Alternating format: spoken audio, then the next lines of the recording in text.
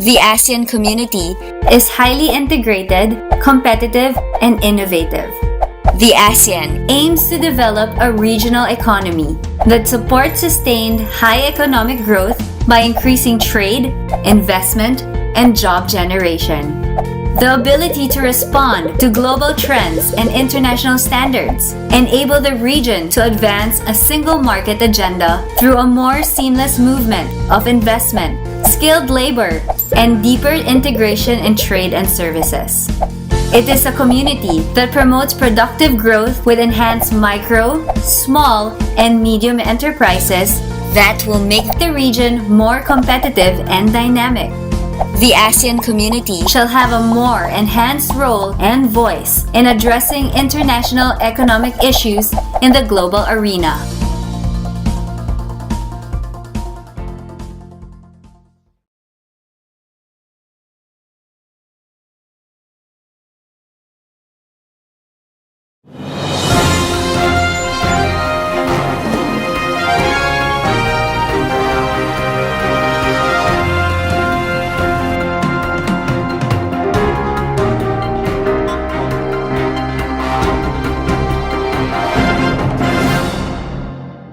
Daghang salamat, Ma'am Jean Antiporta, and welcome to another round of Kapihan sa PIA. We are currently live on DYMR Radyo Pilipinas, and we will be on delayed telecast on Sky Cable 53, 4 to 5 p.m. tomorrow, Thursday afternoon.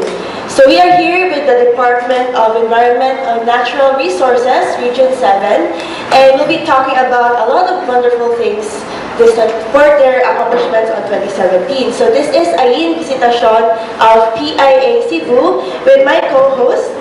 Hi, I'm Marian Codilia. I'm the Information Officer of Mines and Geosciences Bureau. Good morning, Ma'am Marian. Good morning, Aileen. So, pag-iitan na itong mga guests karon, no? So we'll start with DENR 7's Assistant Regional Director for Technical Services, Mr. Eduardo M. Good morning, sir. May buntag Aileen. May buntag, sir. May buntag sa tayong pagpamanaw na Kapihan sa PIA. Nautunta among mapaabot o mapasabot sa katawhan ang programa sa itong pag-gobyerno na pinagawad sa Department of Environment and Natural Resources. And we also have the Environmental Management Bureau 7 Planning Officer. We have Engineer Jose Alfonso Casurra. Good morning, sir. Good morning to all listeners and to all viewers. I will be discussing the environmental status as of 2017. So, yes. Alright, thank you so much. And last but not the least, we have DNR 7's Planning and Management Division Chief, Mr. Eddie Llamedo. Good morning, sir. Good morning, Miss Aileen. Good morning, Marian. Good morning po kang Jiwalo pang ERD. Kang atong former Regional Director sa PIA, si Madam Mais Tugman, no? Nga taga nila policy na dahil karon nga yun natin mga initial discussion ng ERD kabahin sa mga special features na to, kabahin sa environment, kabahin Madam Mais. Okay, so ang atong ihatag karon Miss Aileen kini ato ang mga accomplishments sa DNR, no, sa MGP o sa atong Environmental Management Bureau. Can you share what are DNR's highlights and accomplishments for this year? Sige, usa sa mga priority programs sa Department of Environment and Natural Resources, kinato ang National Greening Program, no? Ato ang accomplishment na ihatag nato kang ato ang Assistant Regional Director for Technical Services. Kaya siya ato ang nag-oversee, no? Gawas ato ang Regional Director, nag-oversee sa ato ang National Greening Program, ERD. May buntag na itong tanan. Ako ipaabot sa itong mga kaigsunan nga sukad sa 2011 to 2016 nakatanong na tao mga 112,000 hectares. Supposedly ang target na to for that period is 119,000.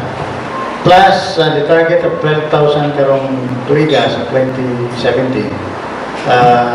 Out of 12,000, we have accomplished around 11,000 hectares, or roughly 92% of the total target. This is all throughout the 4 provinces of the region.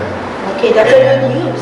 I think we have generated more or less 25,000 jobs for this project, and we are encouraging the private sector to please participate in this program, because it's not only the DNR who will handle the rehabilitation of the degraded forest, But more importantly, the private sector. Please, if you have time, you just plant at least 1 tree a month and that will help us a lot. Okay? Sa nga mga kahoy ang atong ipananaw ni RD? Ang nakahoy nili, of course, mga timber species like pinakasayong ilang mga ito, mahogany, tremolina, acacia mangyong, acacia oriformis, and we have fruit trees, we have even cacao, we have coffee, and other species like bamboo and mangroves. So sa mga areas ARD, lain-lain o species ang atong ipananaw. Right, kaya nato manggod na tayo tawag og duha ka sa forest nato doon tayo tawag og production and protection forest.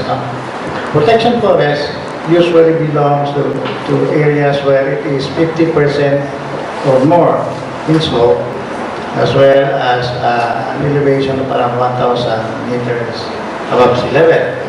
So, dili pwede tanong natin mga agroforestry crops kay pagkilit na tayo. That's why we intend to plant indigenous species. No? On the production side, production forest, we plant kanana, tremolina, mahogany, to meet the lumber requirements of the region. Paghan kayo ang demand. In fact, Region 7 is the supplier of lumber in Manila. We are exporting lots of lumber to Manila. And I think the province of Bohol is the main supplier of mahogany for Manila. So, along this production forest, we also have the agroforestry sites where we plant coffee and cacao. In fact, I think R.D. Gilbert is trying to encourage the POs to plant and venture into cacao plantation. Because this, of course, will not be cut because we have to harvest only the fruits, and he wants to improve the living conditions of the POs in the uplands. Okay, so that's really good to hear. And also what's really great about this project or program is aside na nag-reforestation ka, na more trees are being planted, it also generates jobs, right? Yes. And also, sa inyong project, it's community-based, di ba, sir? Yes, we involve the people's organization to do the planting for us. And also, probably it addresses different needs, no, like the lumber addresses both and ecological, environmental, as well as economic. Yes. Yes, that's indeed a great thing. So, what are your other highlights? So, let's go with engineer. Okay, so good morning. So as kami sa EMB, we are tasked to monitor the different environmental laws such as the Clean Air Act, the Clean Water Act, and the Solid Waste Management Act, which is the priority programs of our new secretaries, Roy A. Simatu. So for this year, we have already monitored around 951 industrial and commercial firms in Region 7. Along with it, we have also surveyed other establishments around 282 na wala pa'y permits, mga compliances. So, our task sa EMB is to implement and enforce yun our environmental laws. For the ambient monitoring, so what is the quality? Unsa na ang quality sa atong hangin sa Region 7? As of the moment, based on all available data from our ambient monitoring section, we can generally declare that the air quality of Metro Cebu is within generally good, no? So good ang iyang status. Now on the Clean Water Act naman, we have conducted different seminars, especially to empower our teachers, our law enforcers, and including traffic enforcers, no, to implement our clean air and clean water laws. Also, we have monitored around 253 firms who are discharging wastewater, and also surveyed around 236 firms. And we are also conducting, as part of our mandate, to monitor our beaches. So, as part of the Clean Water Act, we need to monitor our coastal waters such as Liloan Coast, Panglao Coastal Waters, and including the east coast of Mactan. So since kaya sila din ng mga area, mostly mga tourist spots. So that's why we always conduct monitoring of these beaches. So in behalf naman for the solid waste management, as a mandate ng DNR to EMB, we provide technical assistance to LGUs. So for this year, we have already conducted 4 technical workshops for the safe closure and rehabilitation of the dump sites for the LGUs. So it is the goal of EMB that by 2022, all dump sites have been closed and rehabilitated. And also, this year we have provided at most 23 shredders to LGUs for their materials recovery facility. And we have also conducted a review of the 10-year plan of 50 LGUs. So I think that's for most of our activities for the 3 top priorities of the Secretary. Okay, so that's been a lot of projects under EMB, so it really has a big impact din sa environment nato ba. So we'll go with air quality. So it's good to hear that it's generally good. So what are the measures are we putting up to continue that status or to make it even better yung air quality? So to improve the monitoring, next year we are planning to secure another air monitoring station. No, we are requesting from our central office that hopefully by next year we can add additional station to efficiently monitor ang air quality nato. Now we also have our Metro Cebu Governing Board airshed that will impose policies throughout the metro. Ano yung mga nindos na mga policies, no? Especially when it comes to the governing board, dili lang siya industrial scale but also mga traffic management. So they will discuss sa airshed governing board kung unsay nindot na mga policies to improve the air quality in Metro Cebu. So it was in our previous Kapihan, it was found that vehicles or yung mobile na sources are the biggest contributors to air pollution. So there was also a proposal to put up a carless day. So that's one of the good measures that are upcoming. So any other measures that you have thought of or in the future regarding air quality, or are you sticking to monitoring for now? So as of the moment, based on what the Secretary wants is by 2018 we should be outcome-based na. Hindi na puro monitoring. So we will need to use the data that we gathered to determine what is really the best option or policy to implement. Depende kasi sa per region, no? Some regions kasi hindi masyadong industrialized. So the air quality medyo maganda sa kanila compared to other regions na for us here in the metro, we have industrialized sections or sectors. So we need to use the data to implement the proper policies here. Okay, so that's good to hear. Also regarding the assistance that you are giving to regards to solid waste management. So dump sites are one of the biggest usage, diba? So what are the alternatives that they have? Diba may shredders din? So what are the other alternatives that DNR are offering these LGUs?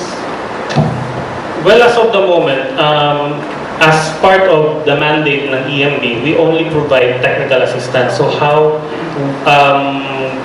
should the LGU manage their waste? So it is the task of the LGU to provide the technology to cater their waste. So we have here good example is we have from FDR-CON. It caters the waste from Karkar, Minglanilla, and Naga. So it is a large, let's just think of it as a large MRF facility.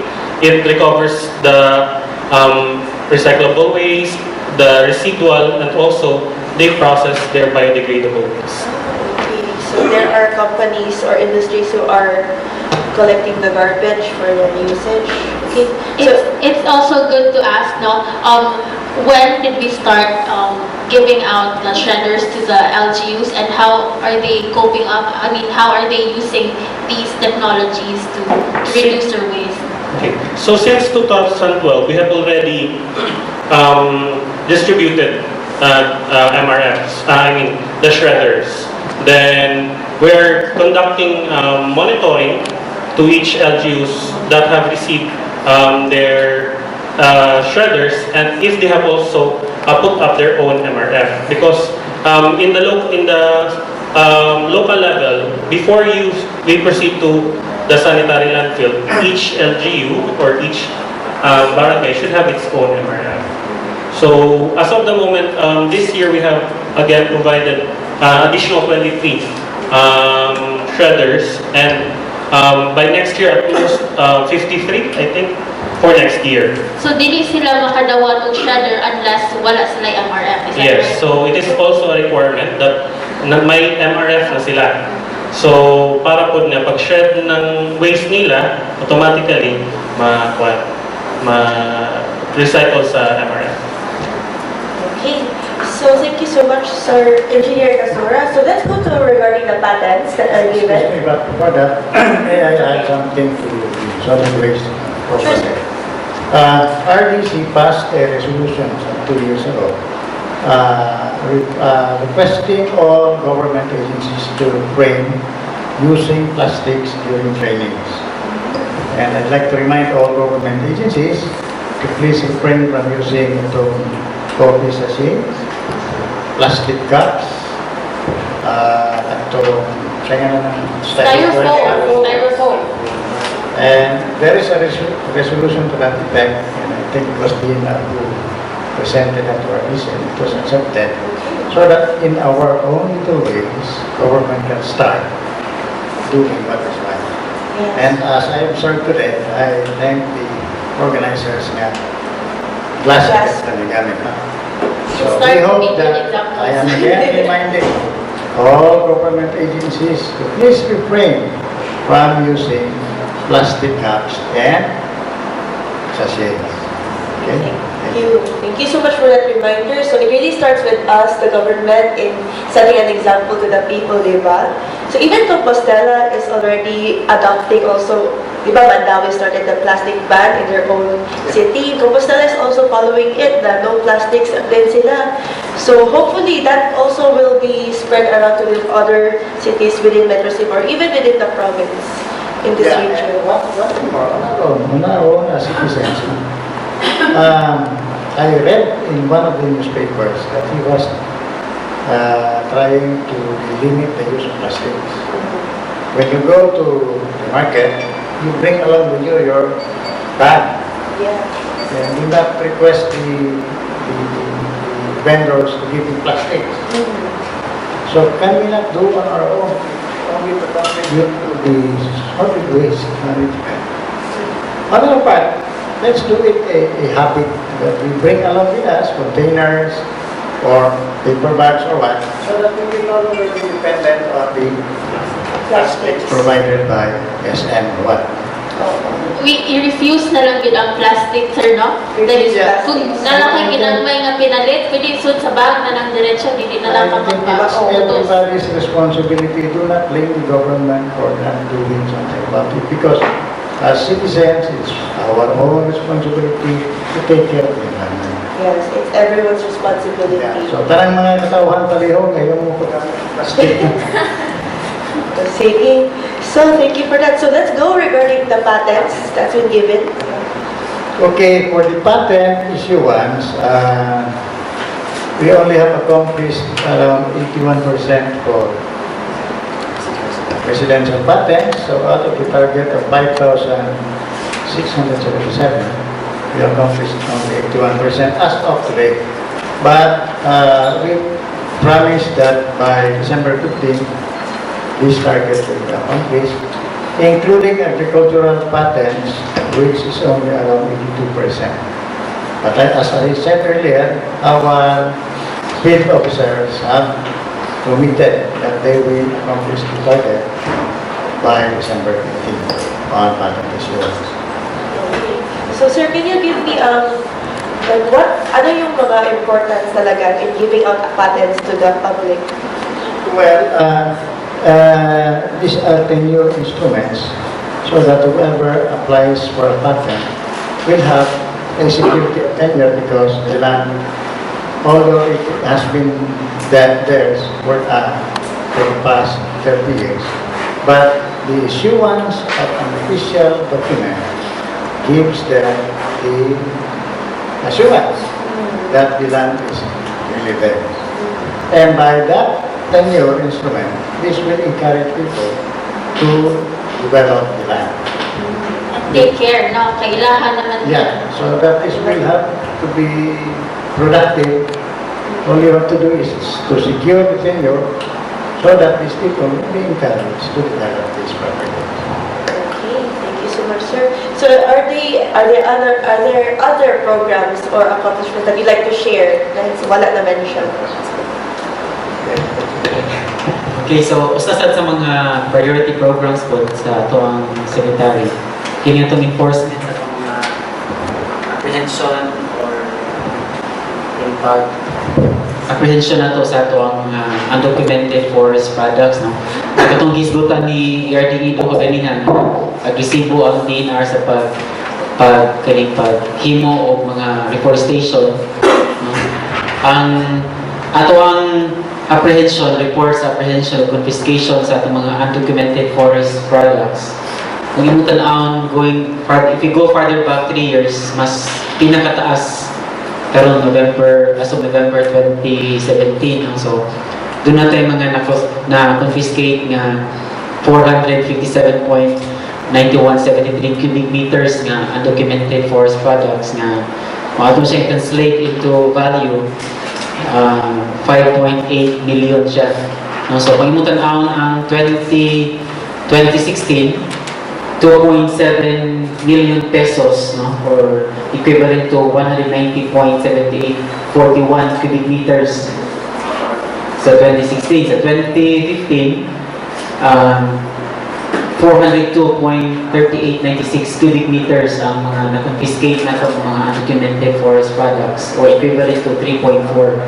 Asa man nato ni ma-attribute, Miss Ay, no? Miss Marian, nganong itong awni mo for the past 3 years, mas dako ang 2017, duha ni kabuk siya. No? So, una, atong gi-strengthen ang kining enforcement. Doon na tayo mga checkpoints nga ito ang install, establish sa kapag mga hotspots areas na ito. Yung hotspots areas, kina ito mga peers, no, nga nahimukan. So, nako tayo mga unannounced na mga checkpoints inland, no, sa ato ang mga upat ka mga provinces sa Cebu, Bohol, Negros Oriental o sa Siquijor. So, ikaduha, tungod sa ato ang DYMR ighantag mga forest rangers na karon nga ato ang ipang-deploy, no, sa ato ang mga sentros. Ikatulong nga rason, 24/7 ang ato ang pag-enforce nga sa ating mga forestry laws na to. Plus doon natin mga extension officers, no, nga gipang-deploy po na to sa ato ang mga kining mga areas na to, mga kining kasagaran dunay mga na-identify ng mga undocumented forest products. Unsa may mga kasagaran kung kag undocumented, di ba, RD, kinahanglan kung i-transport na to ang mga forest products, kinahanglan siya dunay original nga transport documents, no. Kung kag original, so doon na kay certificate of verification, no. O niya, kung plantation ni siya, kinahanglan dunay certificate of tree plantation ownership, di ba, RD.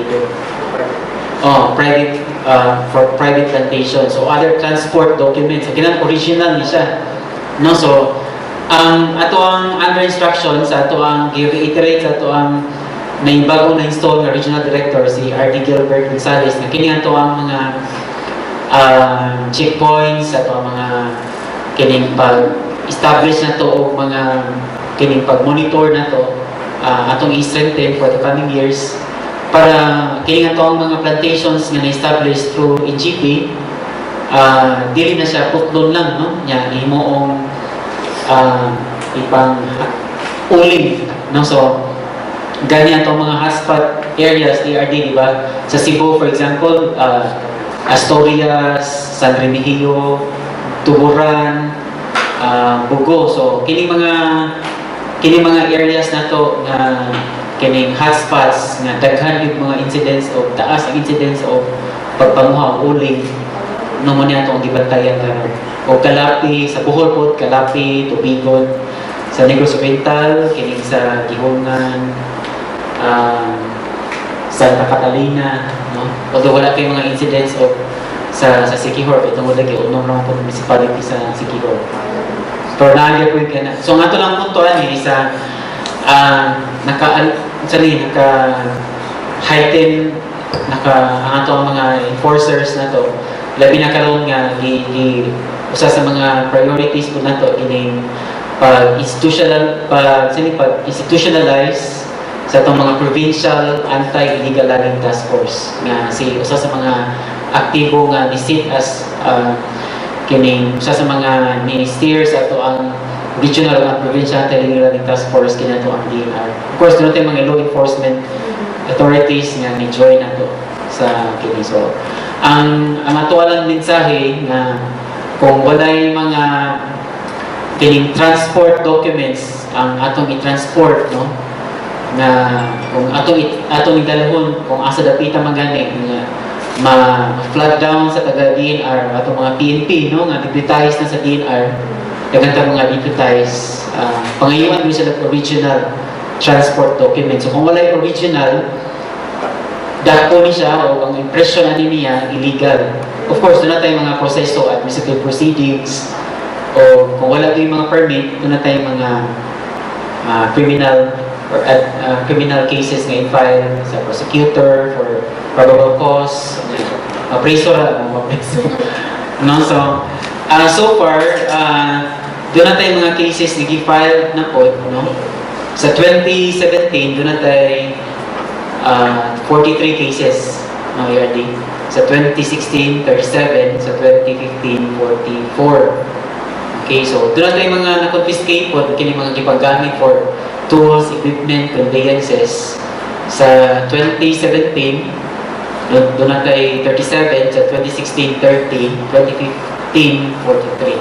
So, kung walay permit, walay mga original transport documents o mga permits na ipapakita sa itong mga enforcers na to, ang pag-impress niya is illegal, niya depende kung sa mga sitwasyon or mga rason confiscate, appeal ang kining sakyanan. So kung ang sakyanan nimo kanang heighten nga mga sakyanan yung ikargahan nimo uling nga duha na kasako ibayad dako na siya, no, ina ang implication niya. So ang imong sakyanan 1.5 million, ang imong uling is 60 pesos, 120 ang duha kasako. So ina ang implikasyon. Embargo ang sakyanan. So appeal ang sakyanan ibayad dito na kay appeal, sir. Ang atong sekretary, si Mato, iya yung ipagkadaan natong panalipod sa atong kinayahan. Muna, aron likuan ang atong protection sa atong forest. Nagbutang siya o tagsa ka abogado kada sindro. Para lang yun, pagpalikon sa atong pag-file o kaso sa mga nakalapas sa balaod, na doon na kita ready lawyers to support our enforcers.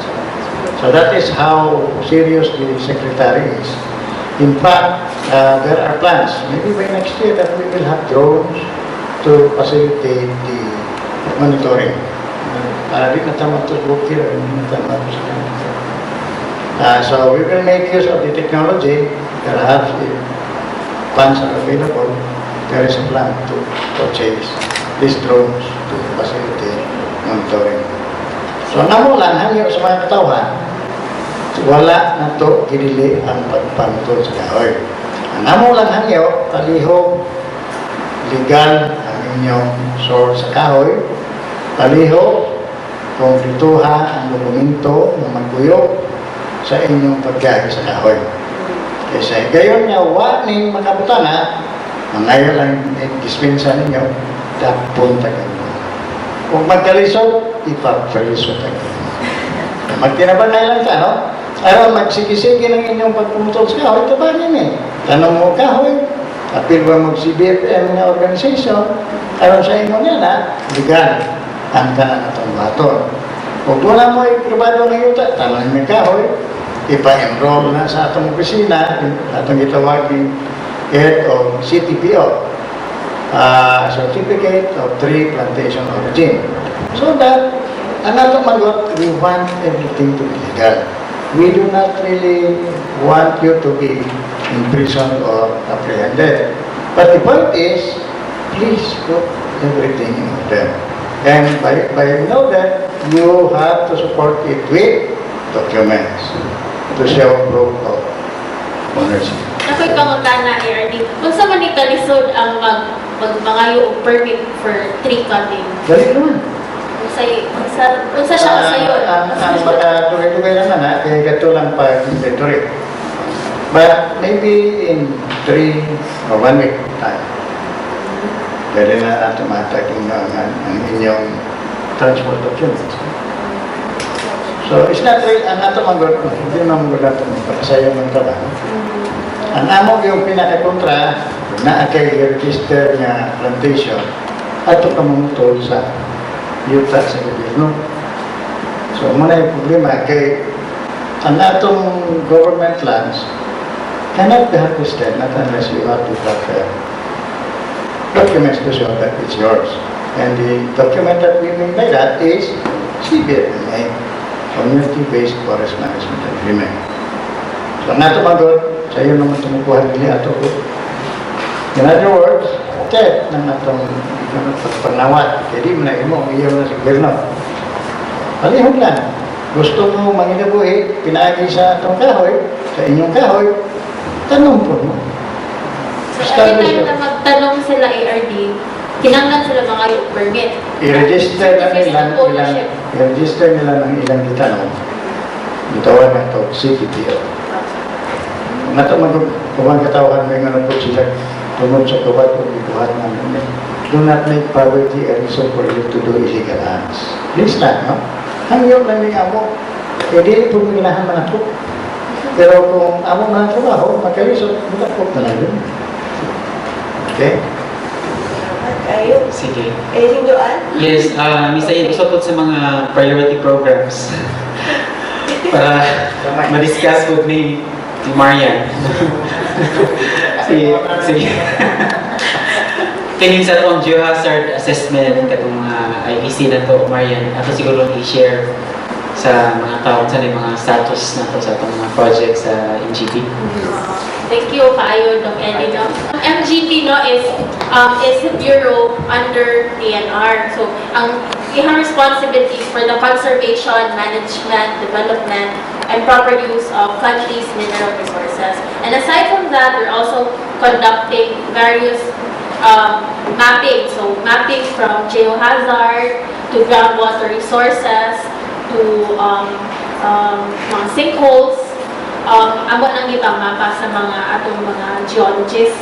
But also aside from monitoring all our 16 large-scale mining operations in Central Visayas, we have also operated 5 PMRBs, P or Provincial and City Mining Regulatory Boards to strictly monitor even the small-scale operations, no, quarry and sand and gravel extraction in every locality.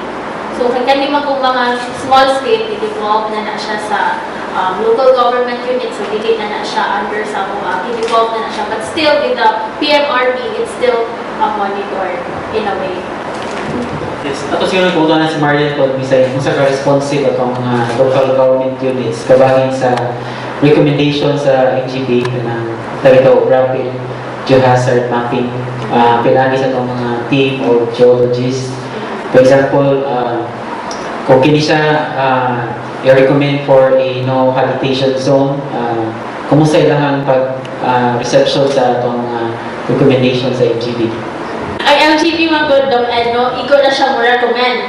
So wala gyud tay power to kanang enforce nga dili kani siya nga area, dili gini siya dapat. We're just magmapa kami kung asa ang mga hazardous areas for flooding and landslide and karst accidents. Pero dili kita maka-enforce, dili kita maka-strictly implement na dapat dili no habitation zones din na siya. So it still relies on the local government unit. And also there are several factors na nung dili na siya mahitabo gino. Firstly, because naanad na sila ang community sa disaster. So in a way mo okay na kaayo para sa ilaha ba, resilient na kuno sila. Pero that's still uni na magud na siya mahitabo ang disaster if nanay incidents, nanay damage of properties, damage of lives. So pagkakaroon hazard pa na siya, but once na mahit na sila, that's what you call disaster. Yes. So, but aside from kanang human naman ang ato ang mga hazard mapping. So, karon nahuman na sa damo this year ang groundwater resource vulnerability and vulnerability mapping. So, ang buot pa sa bot-ani na gimapa na mo ang tibuok. Actually, nahuman na ang Cebu ug ang Negros Oriental. 47 towns and cities of Cebu and 26 towns and cities of Negros Oriental. This is to address the problem of water, no? So, kasagaran sa LGU, so kita kahibaw, kasagaran sila kahibaw asa sila mag-source sa ilahang water. So for now, for this year, nahuman na to na ang kaning sa duha ka provinces nag-conduct og database mapping for kung asa ni ang ilahang mga streams, ilahang rivers, ilahang mga lakes. So gimapa na siya tanan. And then for now, wala pa, maybe in early next year, dinha na ta makahatag recommendations sa mga LGUs and kung asa sila pwede mag-source of water. For now, kay nagmapa na Confag database. Okay, so at least may alternative or they have a closer source to their water na para kita sa lain na sila manguha. So that's good to know. So any other findings sa inyong mapping? Like sa geohazard, unsa yung results niya? Ang geohazards na ang output ana is the geohazard maps. Yes. So kato siya gipang-distribute na siya sa tagsa-tagsa ka mga local government units that will be used as their basis for their planning in the future ba, in urban planning or whatever unsa na kailangan ilahang planning. So ang ingon si ARD good no unsa ko na ang mga hazards. Unsa ko na wala siyang gitawag nga ang landslide, flood ug karst subsidence. So kung flooding man good mag-base na siya kung unsa ko ba explain?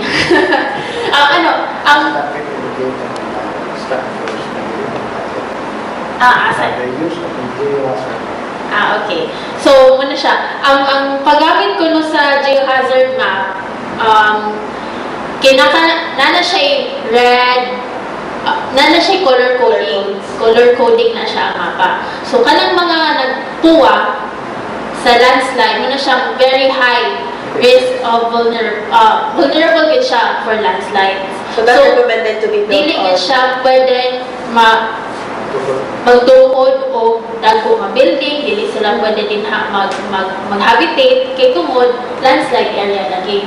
But still, there are several engineering techniques, no? Unsaon na siya para ma-mitigate na siya or unsaon nila pag-avoid nga dili sila maapektuhan sa landslide. So, possible gihapon basta na alam gyud siya proper engineering techniques. In terms of flooding, ang color sa high na flooding vulnerability is blue. Violet.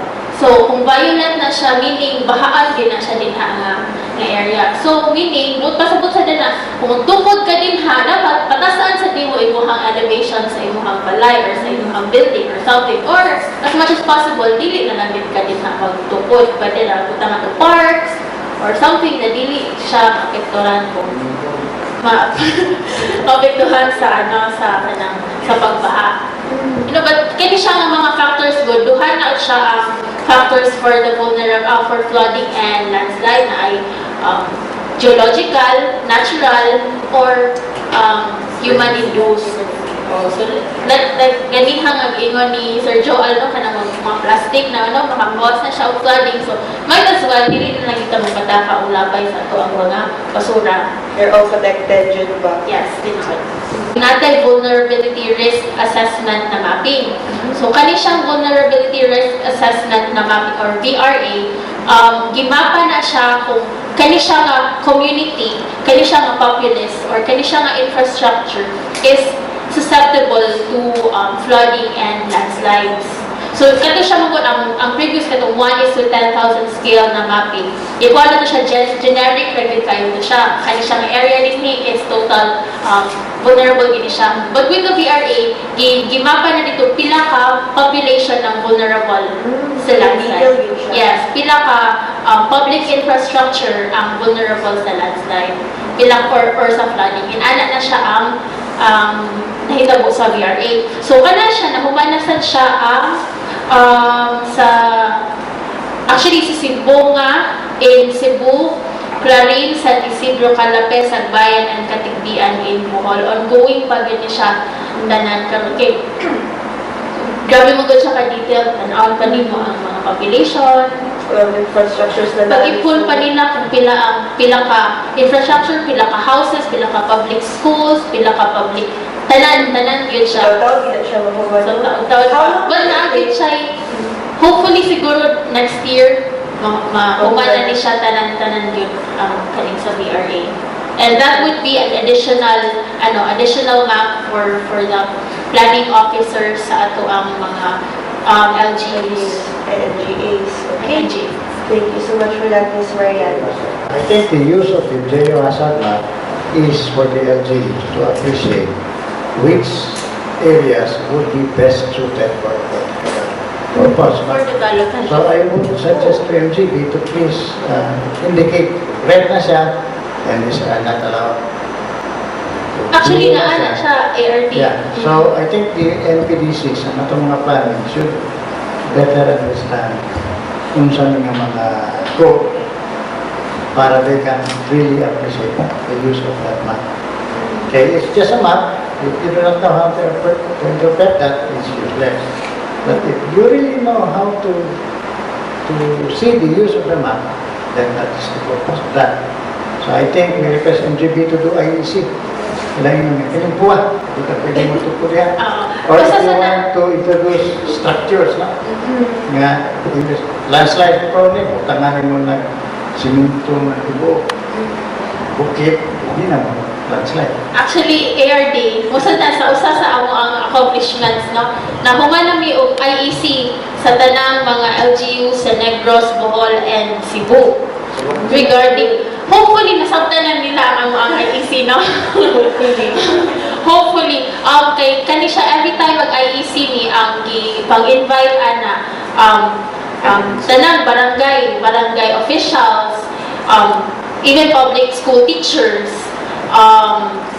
police, MPTOs, and basta down to the barangay level, ipag-invite na mo siya ang mga stakeholders, i-gather na mo siya in one area in every municipality, and then that's the time we discuss, because we found the importance na kinanglan ma-engage yun din sila ang pinaka even the tanod.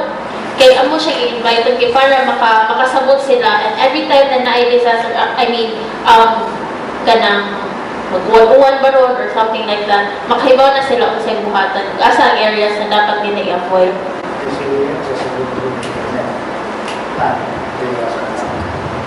Yes, naasad sa amo ang website, no? Ang tanang mga geohazard maps, i-post na siya sa fgb.gov.ph. It's available online. Yes, it is available. Aside from i-distribute na siya sa local government units, nagihapon siya. So everyone can access our geohazard map. So it's very useful for, let's say, the industrial sector who would like to build on specific areas, so they will know that sa kanila area, these na pwede ka build yung kanila buildings, kaya it's hazard prone. Regarding that, may na findings like mapping mo, then sa hazard prone areas, na yung nakatukod daan na buildings or Daghan yun lang ginana, no? So Okay. that's why we need, namang ko yung uban, mahatag mi o report. Hatag mi report to the locality. Nga kani siya nga mga, kani nga infrastructure hazardous ni siya to landslides or flooding. So magbinantayo na lang yun sila. Every time na nakikita mo nga na, evacuate na siya, early evacuation pa. so mura kay nakatukod naman, evacuation or preventive measures na lang yun ilang mabuhat. No? And kung ano lang siya, kani siya for future, yun siya na, for planning yun siya ba? Nga, Okay, prevention yun. Let's go to the future projects or plans of DNR for 2018. For 2018, during the visit ni Secretary Simato during sa installation ni RD Gilbert Gonzalez, i-emphasize yung integration. Doon ay mga certain functions or responsibilities na integration among DNR, MGP, BFP. No? So, gusto ni Secretary Simato na doon ay mga functions nga gibuhat sa MGP o BFP nga buhaton sa Pedro or central level. Muna siya number 1. So, for example, kini ato ang collect o kining for water, di ba? For water testing, something ana, or sampling. No? Kung gusto man gud ni Secretary nga ang atong mga Pedro or mga sentro may equip din sila with information or technical skills nga sila mismo makaresponde na sila kay being at the frontline or frontline service providers na to, nakibaw sila kung sa mga functions na pwede nilang i-perform na nakakamandato sa MGB o BNP. So, for example, ang unang kinig sa water-related activities, ikaduha kinig sa solid waste management, no? So, sa EMP. So, ang gibuhat karon doon ay mga efforts nga i-equip sila through capacity building or training. Ikaduha nga policy directions nga gi-announce po ni Secretary Simato kining ato ang pag-enforce sa itong mga environmental laws, di ba, ERD-2, environmental laws, rules, and regulations. O niya, ikatulo, kini ato ang ito dimension ni dual kaganihan, itong EMP, itong sa clean water, clean air, sa solid waste, management. O niya, padayon ang ato ang padayon atong pag-issue, atong di-accelerate ato ang pag-issue sa atong mga patents, both agricultural o residential, no? Kay part sa social justice agenda ni President Duterte kining pag-issue nato og kining patents. So ni-increase ang ato ang issuances, atong mga issuance sa residential patent, for example, from 2,200 this year to next year maabot mga 3,600 plus. So kana ang ato ang for residential lang na siya, no? So mga itong auhag sa ito ang mga holders o itong mga holders at mga posibleng gusto nga mo-appeal sa ito ang residential free patent nga pwede silang maduol sa ito ang mga nearest na mga sentro. Ang ito ang ERD for Technical Services, ERD-IDO may ma-approve sa kini mga plans na to for pwede nga mature into a residential patent o agricultural patent. So, kini siya part sa social justice agenda niya. Ika-upat, padayon na ito ang Enhanced National Winning Program. O niya, by January, ang atong instruction ni RD Gilbert nga, i-accelerate na nato, maka full gear na ta sa ato ang mga programs and projects for 2018. Other questions from the media? Sir, ang third bridge pa, na may call, no? Na-approve nga ka ng contractors hindi nga mo trabaho. Kumusta ilahan call, sir? Sa mga environmental concerns. So, kumusta ilahan pagkuhan sa mga environmental laws na ito? Atong salamat sa kutuban na sunod siya sa mga balot. In fact, nagsikitag meeting with the contractor, with the local government units for them to really comply with whatever is required. Gani, mura i-redesign ang project para magkayan itong mga mangroves nga ma-idoontan sa ilang plano.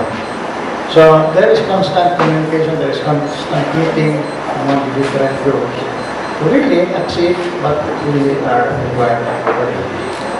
So, mayo ang pagsanong sa tutuban kung sa ubang LGUs sa mga kinahanglan baton. They have all the permits. They comply with whatever is required. Once siya, di ba, ato sa ang i-mention nga ang dunay portion ng sa, di ba, timberland RD. So, naka-issue na ang DNR o kining special land use permit. So, yung special land use permit, doon na siya requirement na kining fees nga ilang ibayad every year. So, this is a 25-year nga per 3 years na tayo siya, 3 years. Mo-flat fee siya eventually. Because flat fee, RD pwede na ito explain nila. So, si RD ang matag sa expand. Timberland areas mo ganita ka-issue o patent, no? Tenure. Ang katag lang nila is a lease agreement. Initially, magsugod o special land use permit. A 3-year permit given to the LGU, whoever is being proposed, which will give them time to convert this into a 25-year lease agreement. So that will be the forest land agreement, 25 years na. Pero ang LUP is just a 3-year permit giving them time to convert the permit into a lease contract. So wala yung problema ng atong third bridge kay kasi kita o coordinating component. Wala yung mga group siguro na Okay? Wala yung mining for sa Central Visayas, big mining corporations that are operating that are open pit or Sa Central Visayas mines, natay 16 ka large-scale mining operations. But out of the 16, usara ang metallic mining operation, which is si carbon copper. The rest are non-metallic, meaning nagkuhan sila limestone, dolomite. So, bali, non-metallic sila. So, sa metallic, si carbon copper, muna ilang ikuan Miss Mines o open pit. Nasa open pit niya. there's only one. Usara na siya, yes. Only one. But are they going and are they all the necessary clearances? Yes, we are actually constantly monitoring all their operations from their environmental compliance. And, naman na sila yung mga programs sa EPEP, SDMP, and all the other and their MPSA agreements. Yes, But they're okay. but yes, so far they're okay. And Carmen Copper passed the first katong audit, mine audit na kuan na to sa former Secretary Gina. So they passed that audit. That's only one, isn't it? Yes, yes, we can. But are you closely monitoring the 16 large scale? Yes, we still are. Yes. May questions pa ba na additional? Okay. Clarification. Clarification, okay. These shredders that you're giving to LGU, these are the total na additional na siya. For this year lang. For 2017. 17. Every year, there is a downloaded fund from central office for the procurement. The total all in Central Visayas, how many shredders have you already distributed? In total, since 2010, it's around 53 na. But since there are some LGUs na iuna nilang MRF nila before sila nag-request ng shredders because that's one of the requirements. So you're adding 53 more by 2018 also? Yes, by 2018. So additional naman. Kung saan na ikuha na ating shredder? Kung saan kamayo ani? Basically, ang purpose is to shred the katong mga organic waste lang nila. Mawagin ng purpose para directly, once na ma-shred na siya, pwede na siya ma-compose. Since usually, ang mga organic waste lamang yun nato, the only treatment or disposal is through composting at the barangay level. As much as possible, ang mga residual, katong wala nag-use na basura, mao lagi itong i-dispose sa landfill. To minimize or i-buwak-buwak ang mga organic waste into smaller parts. Can you protection forest, you said 50, protection forest means 50% denuded. No. 50% is slope. Slope and up. And 1,000 meters above sea level and the elevation. Okay. And ang ato magong treatment is that you cannot just plant mahogany or limelina in protection forest. So, lain na kita mga ni? Indigenous. Indigenous lang siya. So ang production forest, yung mahogany, fruit trees, Ang production is for lumberman, so very ka sa production forest. Preparation, sir, kay na-update forecast for week LDU for the first part, for December till the first quarter of next year. Say ato, week la dinya. Weak one, so it's not a problem at all. What we usually do is we raise our seedlings earlier, and we do planting only during the rainy period. So ang Lanilia will happen within the months of, for example, April to June. We do not plant anything during this year. Kala niya, so we can plant because nangayuan. But El Nino na, init naman, we usually do our planting to fit to the climatic. About pang areas sa last slide, flooding kay more rains above normal. Yeah, that will induce flooding. So, Dapat i-follow lang nila ang katungkuan kung sa ang recommendation sa mga geologists, no, in terms of the geohazard maps and all other recommendations nga ihatag sa mga kana mga geohazard map, regular na siya ang iyang pag-update. So dili lang na siya karon nag-mapping ni, and then the next time na ay mag-landslide, i-plot na siya sa lain out so the same map. So continuous na iyang monitoring and updating. So wala. Kani sa 253 firms na yung monitor that who are regarding wastewater. Yes. So 250 firms na yung monitor karong a year, wala silang violations, sir. Okay. As of December, we have already issued also 178 notice of violations. So for which was generated due to the monitoring of these firms. So sa EMB na side, ang among focus is all commercial and industrial firms lamang yun na siya, no? So we don't also monitor those discharges from residential. So wala na. But for this year lang, we also issued a notice of violation to 178 firms. Ano may violation kasi gara nila? Usually, improper treatment. So, na-exceedance sa parameters, standards na to. So, we give them ample amount of time because there was a new guideline, standards which was released in 2016, which is the 2016-08, which imposes stricter guidelines for the water quality parameters. Okay, so generally you're saying na because of your regular monitoring, Yes. generally these firms are okay. Yes, yes. Since we also, as part of EMB, we accredit pollution control officers, which is tasked to monitor their generation of waste from air, water, solid waste. So we teach them the environmental laws, and we accredit them that they will be the focal person in their establishment. Sa ilang ongoing Yes. So their accreditation means that they will be our point person in case there are complaints, issues raised to them.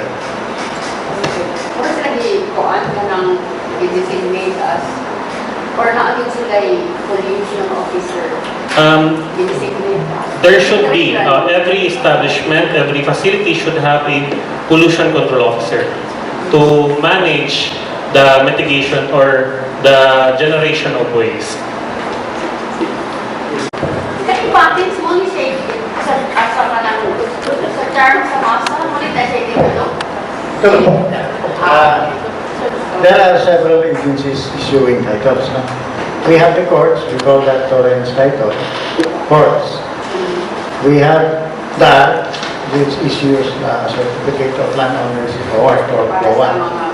But two types of title issuance. We have the administrative title and judicial. Of course, judicial support. Administrative, the DENR, the LOA, DENR, and patent title, two types, agricultural and residential. And there are pagkakitawag ng sales, patent sales. Okay.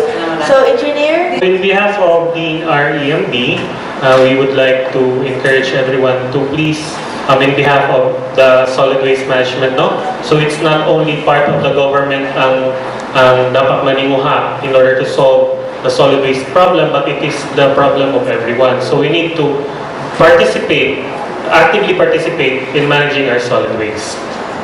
Thank you. Ato din pasalamatan natong gobernador sa probinsya sa Cebu, no? Kay tabang na sila sa atong programa sa patent, no? Ang province of Bohol allocated some 3.5 million for the issuance of 5,000 patents, no? So, tagang salamat sa atong gobernador. Nagpadayon kada tuig, Governor Chato would allocate 3.5 million so that every year 5,000 patents will be issued. And the province of Cebu is also doing the same. This year, I think Governor Davidi is providing 3 million pesos for the acceleration of the title issuance in the province of Cebu. Another thing, the LGUs, most of the LGUs in Region 7 are now participating in what we call the forest land use planning. So, natong mga mayor, nagsubmit o mga forest land use plans, kaysa unang magod, di sila magtagad sa timberland areas. Pagkakaroon, appeal na sila sa plano, kung sa'y ngayon buhato, so sa mga timberland areas. Ibay-ubay na sa mga lungsod sa Rio City ang nagsubmit o forest land use plan. Okay? So, kaya salamat sa mga mayores o sa mga gobernadores sa inyong tama, hinawag nga magpadayon itong pagtama. Ang kwanda na to, ang atong buhaton for next year, doon na tayo para get for example, for National Greening Program, diba yung RDO, ang among buhaton is doon na tayo mga areas mong good nga kailangan na to tanawon o balik, no? Labi na itong mga ubos kayo survival rate, no? So kini mga areas na to na bisita unon, doon na tayo mga replanting, no? So ang ato lang awag sa atong mga naminaw karon, labi na kaming doon na tayo kini mga reports nga kabahin sa pawikan sa Moalbual, no? So atong pawikan nasa to ang Republic Act 9147, kini ang Wildlife Resources Protection Conservation Act, ug sa to ang LIPAS, National Integrated Protected System Area System sa RA 7586 na kung endangered species ang atong patyo, no? Doon na siya, for example, sa pawikan, doon na siya kining person time na from 4 years to 5 years o 50,000 to 500,000 na penalty. So, anak kada po ang ato ang penalty. Mamayan. Daghang salamat kayo, no, sa pag-uban kanato dinhi sa atong kapihan sa PIA sa Cebu. In behalf sa ang Regional Director nga si Gilbert, sa DNR Regional Director Gilbert Gonzalez, o ang Regional Director sa LGB nga si Loreto Bialburo, o sa among Regional Director po sa EMBC, Sir William Conyado. Daghan kaayong salamat sa pagtanaw o kinaupon ka nga daghan nakatunan sa among ipagdiskutan karong adlaw. Thank you sa kayo ninyo, DNR, for being a guest here and talking about your plans and projects and all of those information na naghadyod ang nakatunan o na-reminded po na our duty as a citizen and as a people kay we share that duty to sa atong environment, di ba? So this has been a wonderful Kapihan. So until next time, this has been a visitation of PIA Cebu. Good day to you.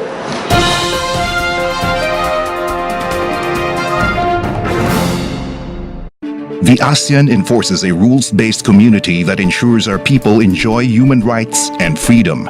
A community that adopts a comprehensive approach to security and resolves differences and disputes through peaceful means. The region recognizes and respects shared values, norms, and the fundamental principles which will make ASEAN more united and cohesive. The community aims to strengthen its engagement with other external parties, as well as respond to global developments in the ever-changing demands of the international arena. The ASEAN, as powered by its member states, seeks to build and create a more conducive environment towards a progressive world.